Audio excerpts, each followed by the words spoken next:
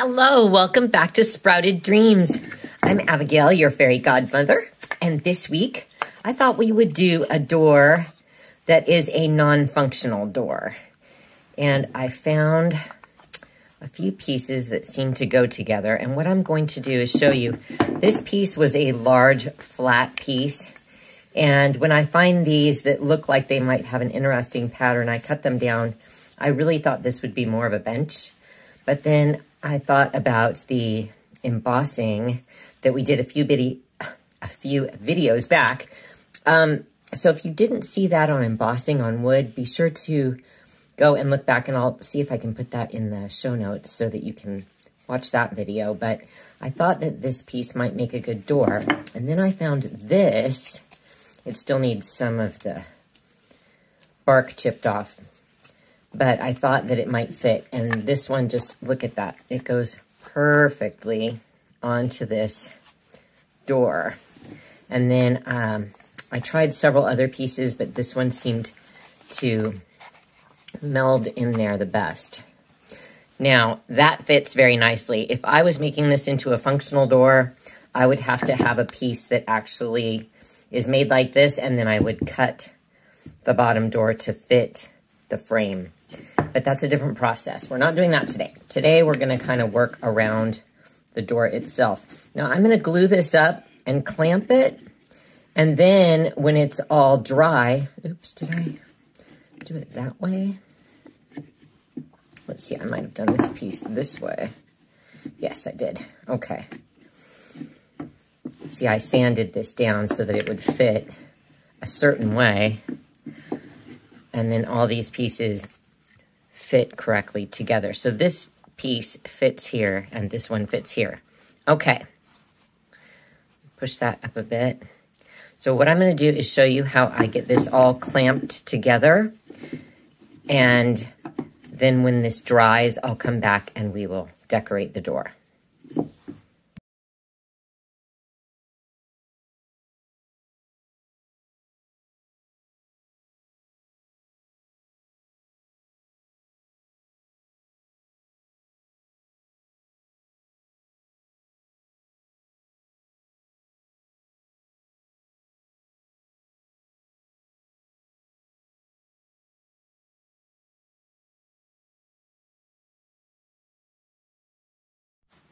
Okay, this is glued on, but as you can see, there is a big space up here at the top.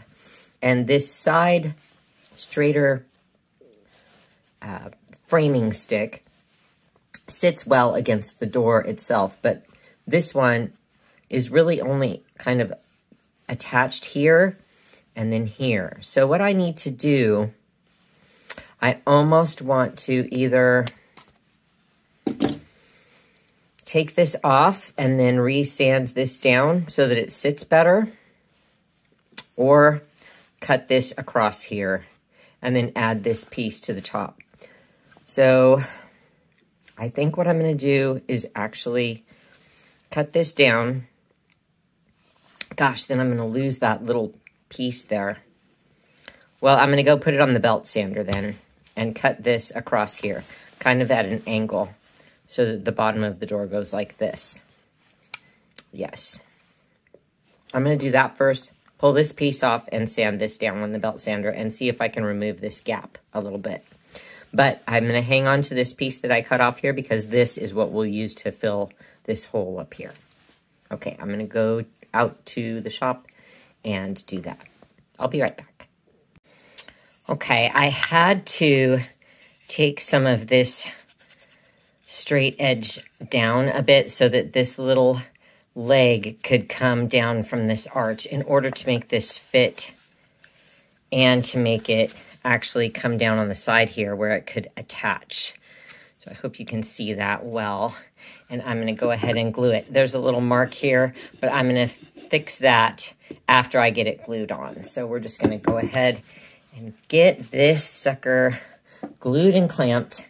And then we'll go on to finishing with some sanding, and we're just going to go straight into decoration, which is going to be really fun with this piece. I love to do fixed doors rather than hinged doors because actually you have a lot more play with your design, and it's just really a fun creation process. So if you've never made a fairy door before, I definitely recommend starting with a non-functional door to start with, because they give you a bit of freedom that the functionality can really get you into a bit of a bind sometimes. This one's being a little bit difficult, but it's because I want to keep this little leg here into this arch. But it had to come down. See, it wants to just sit like that, and I have to have this piece come down on the edge more so that it actually stays glued on, because I already had to remove it once from the position you saw. Pulled that off. There we are. I'm going to get this clamped on here, wherever my clamp is. Then we'll adjust the top. I'm trying to get this done before my husband and our adult children, they all went for a hike.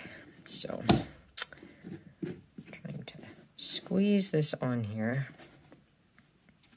before they come back. Here we are. Ah, yes, that looks great. All right, we have a gap. That's all right. I can push that down. Okay, we're going to clamp again. Right there. Just like that. Clamping can be such an important part of how your piece actually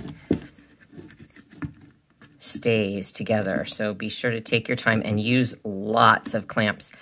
If you haven't watched my videos before, I highly recommend that you buy a clamp every time you go to, well, any store that has a clamp, whatever kind of clamp that would be, whether it's just some sort of squeeze clamp or a clamp like these where they actually ratchet closed.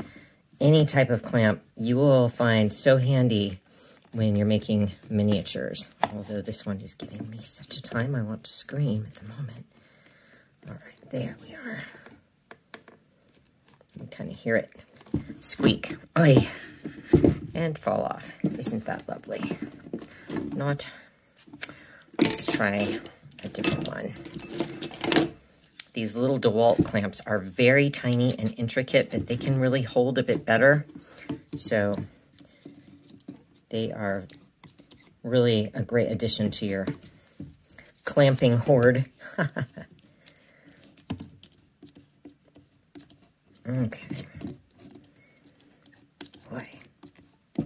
There we are. There. A little bit too. Push that up just a smidge. Sorry, I'm off camera. I'm trying to get this clamp. I know you can't see it right now. I got the whole thing. Look at that. Wait, okay. I'm trying to get this piece on here. When I hold it, I get it just right. Let's try this one here. There. How about that? All right. That's it. That's the one. Okay. Put this down. I'm going to clamp this way, because I really want that to sit on here. Tight. That's my phone was on right. Okay. See how this piece is not perfectly level, and this backside is, and I'm going to have to put the level part here, and the level side here, if it will work. It's difficult, and yet the best time, so work with them. Maybe that's going to go. Yay. I'm in the same position as before. All right, let me leave it. There's a little gap here, and that's just going to have to be okay. Yep, we can fill it with other stuff here. Okay. So I'm going to leave it. Okay. Yep, just like that. Okay. I have the door frame and the door completely attached now.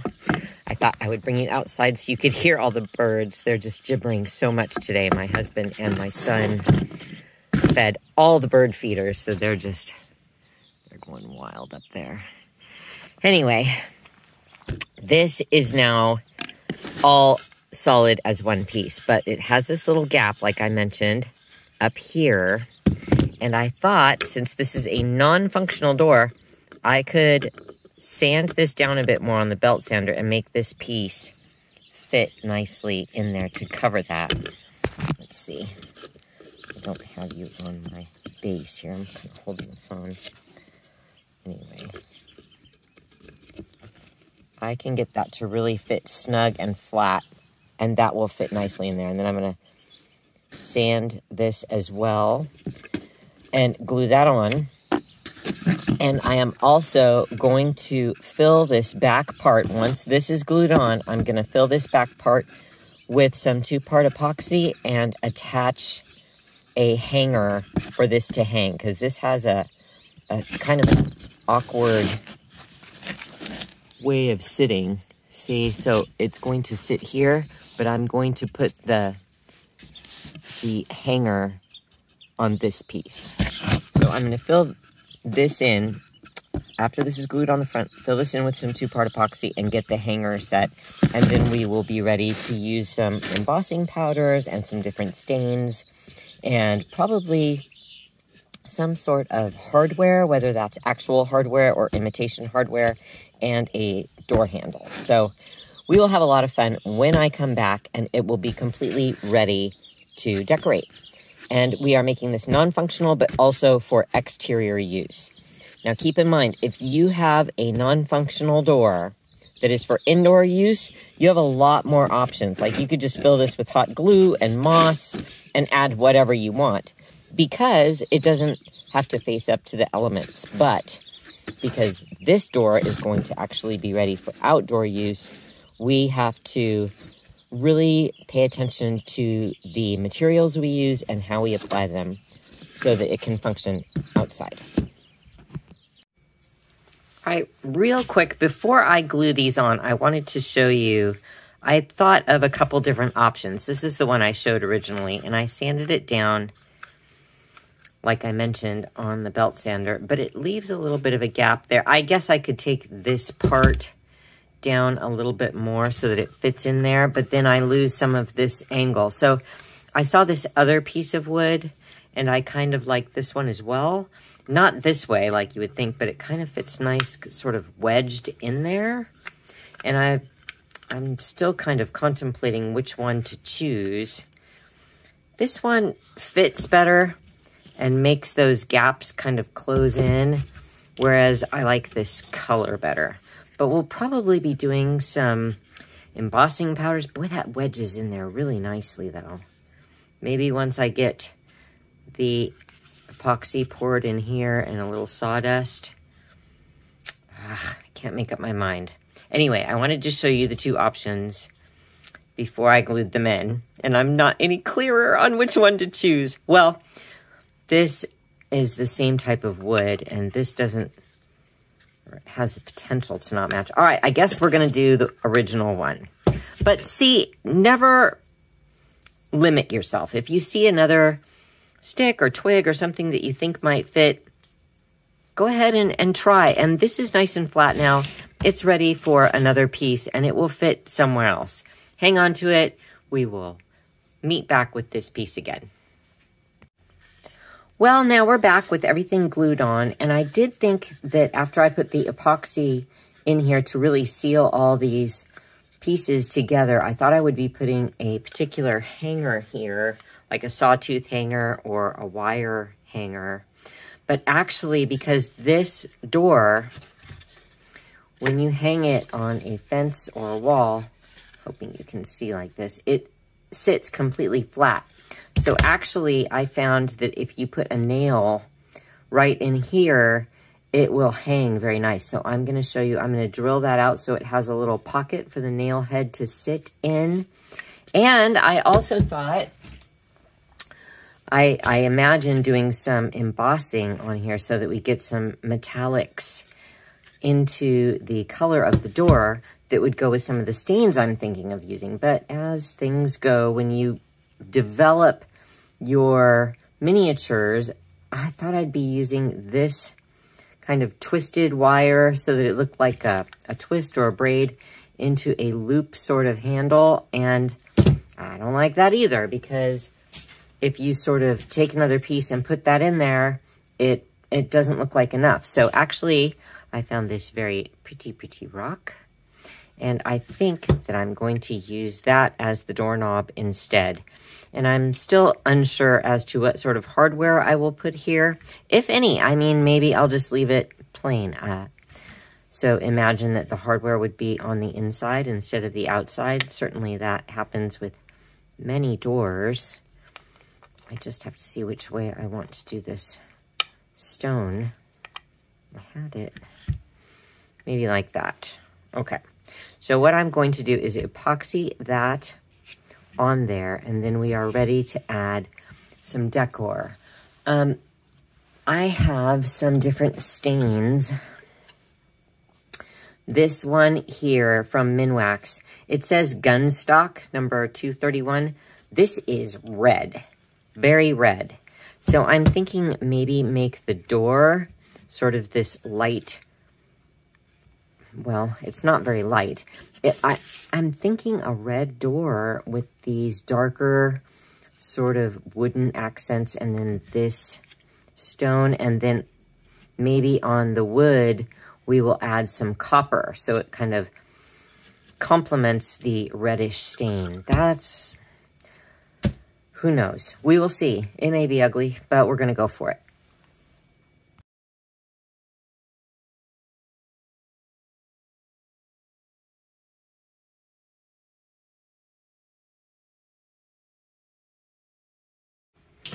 Okay, finally, we have the doorknob attached. We have a hanger and a nail that will go with this door for hanging. And I am ready to put on some hinges, which took me forever to figure out. I tried many different hinges. And the thing is with a non-functional door, I do not like to use, let me see if I can find one, an actual hinge. Because if I put on a hinge that is real hardware, oftentimes people will pull on this thinking that it's a functional door and break it. It's happened many, many times. So although this looks nice, I really didn't want to use that. I tried some cutouts. I tried some of these, and then I thought I would cut down a little hinge tube like that on there. But they looked a little small. They were the wrong color. Finally, I ended up with these. And I think I'm going to stain those. I was going to add some stain to the door. See, now I have this little bit that I actually took off of these. These were a bit long. So I'm going to put that underneath there. I will paint that black. And then that will raise up this other part so that it sits nice and flat.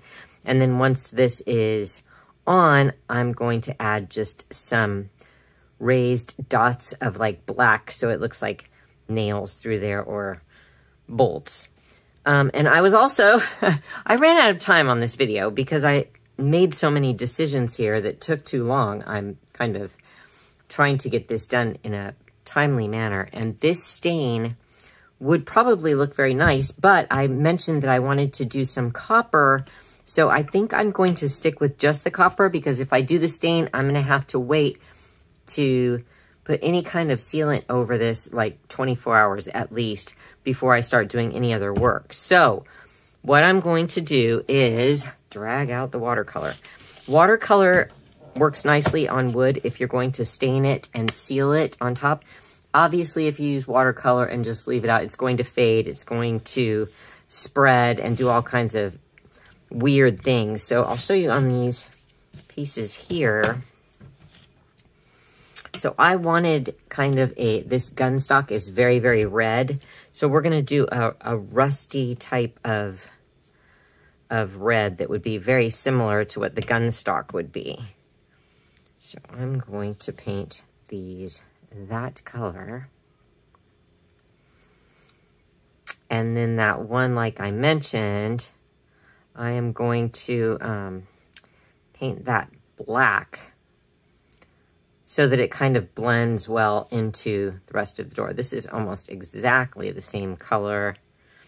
And then I don't have to wait because it really does soak nicely into the wood and still gives that kind of wood appearance without it looking, I don't know, artificial. I like to use stains or watercolor on my wood pieces because you don't really want to have something garish against something that's actually wood. It doesn't look natural. And I said the other week that polymer clay doesn't look natural on wood, and that's totally wrong. I use polymer clay on wood all the time. What I meant was if you're trying to make like grass or flowers or moss, it can be difficult to use polymer clay for that. And so I needed to kind of correct myself there because I sounded like I was kind of talking out of both sides of my mouth when I use polymer clay. And then I'm like, oh, don't use polymer clay. Made no sense. All right. That happens. I make no sense to myself sometimes. So here we go. Here's the black. Now, that is not really black enough, but I can always add more. I'm just hiding it underneath this other little hinge here. And like I said, now these are still wet, not completely wet, but you don't want to put a sealant on top of them until this has had time to dry. So what we're going to do is glue these on, and I will add the little dots of paint tomorrow. And if you want a great way to add very rounded dots, there is a paint that comes in a small kind of dropper bottle, and it's called puffy paint. I believe it's for clothing, or I'm not even sure, but it's a textured paint. So if you put a little dot of that, the little sort of dot actually stays there. I think that journalists use a different, oh my goodness, now the name is going to run away out of my head. Classy Prints, Dotty Prints. Oh my goodness, I don't remember the name, but there's another one that you can use. And I don't know how well that holds up on wood, but I do know that I think it's by Tulip brand, the puffy paint should be in your craft supply store, and that works fine on wood as long as you seal it. Okay, we're going to put that there, because I am just giving this other piece that's going to sit on top, see, because it didn't lay flat there. So now this should lay nice and flat. Yes, it does. Perfect. Okay. So always have your toothpick on hand while you're gluing. I don't really think this needs clamping. This is not really holding anything down. I'm just going to go ahead and glue these on. And then we will get to our embossing, which is going to take over kind of the place of adding stain in there. I was going to do stain and embossing, but like I said, I took too long with the decision-making processes on this door, and now I really wanted to get the video done. So kind of ran myself into timeline issues. There. Boy, I just dropped that. Perfect, perfect. I meant to do that. Okay. So there is that. And I want to use the copper embossing. And I'm going to get some clean, fresh water, even though it probably could have some of this kind of reddish color in there. I guess it could. Maybe that'll help me to see a little better. All right, hang on, fresh water.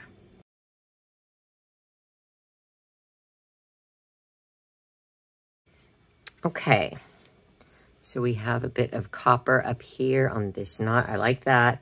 I like this here. I made a little whoopsie right here next to the doorknob. And now the whole thing looks like it's a little bit too garish. These look very orangey.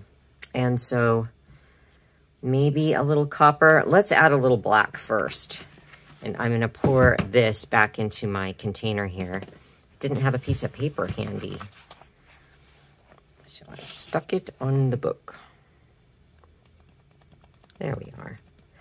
It's amazing how long this embossing powder can last, because it's such fine little powders. And it, when you consider how well it is, you know, long lasting, and it applies fairly easily, then I feel like it's a pretty good deal for the amount of vibrancy it gives to your pieces.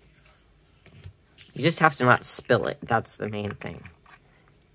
Okay, let's see if we can get that other container back and add some black. All right, here is our black, I think. Make sure, yes. All right. It's always nice to add a bit of black into your recesses, like into these knots here, because it gives the piece a lot more depth. And then when you go ahead and seal it with your varnish, that will just stay in there as well. Really nice way to kind of add some depth and more of just texture to your piece. Like if you look at a piece of wood like this is, it has lots of color and sort of not just one blended little blob of brown. That's a lot better. And then when we seal that, I generally, once again, use a varathane, spar-urethane oil-based, which adds a bit of yellow to the wood. And so that is going to make this tone down quite a bit. It'll tone down that orange. Ooh, that looks great. Okay, I'm going to add a little more black in here. And then in here, anywhere where I think it might need some depth. Now over here, it's kind of light again, and I'm going to go ahead and grab that same kind of orangey color. Try to darken it up a bit. There, that's a little better. I just didn't really want to have that. That way the orange from the hinges kind of is picked up through the entire piece. Put a little there. Maybe even a little around this part that's cut. And you can always blend that. Yes. All right. I think that looks really nice. Now, like I mentioned, what I'll do, I'll go grab that puffy paint, and you can see what it looks like with those little dots there. So it looks like it has some fasteners, bolts, nails, whatever you would use to seal a real door. I don't know. I deal with miniature doors, not big doors. Hang on. Okay, here's the deal with the puffy paint. Puffy 3D paint. I've had it by Tulip, like I mentioned as well, is you need to shake it and then make sure all the paint is down at the bottom. And then it has a little fine tip nozzle like this. Hopefully you can see that clearly. But it's not going to always squeeze the right amount out. So practice a little bit on a piece of paper, and then you can hopefully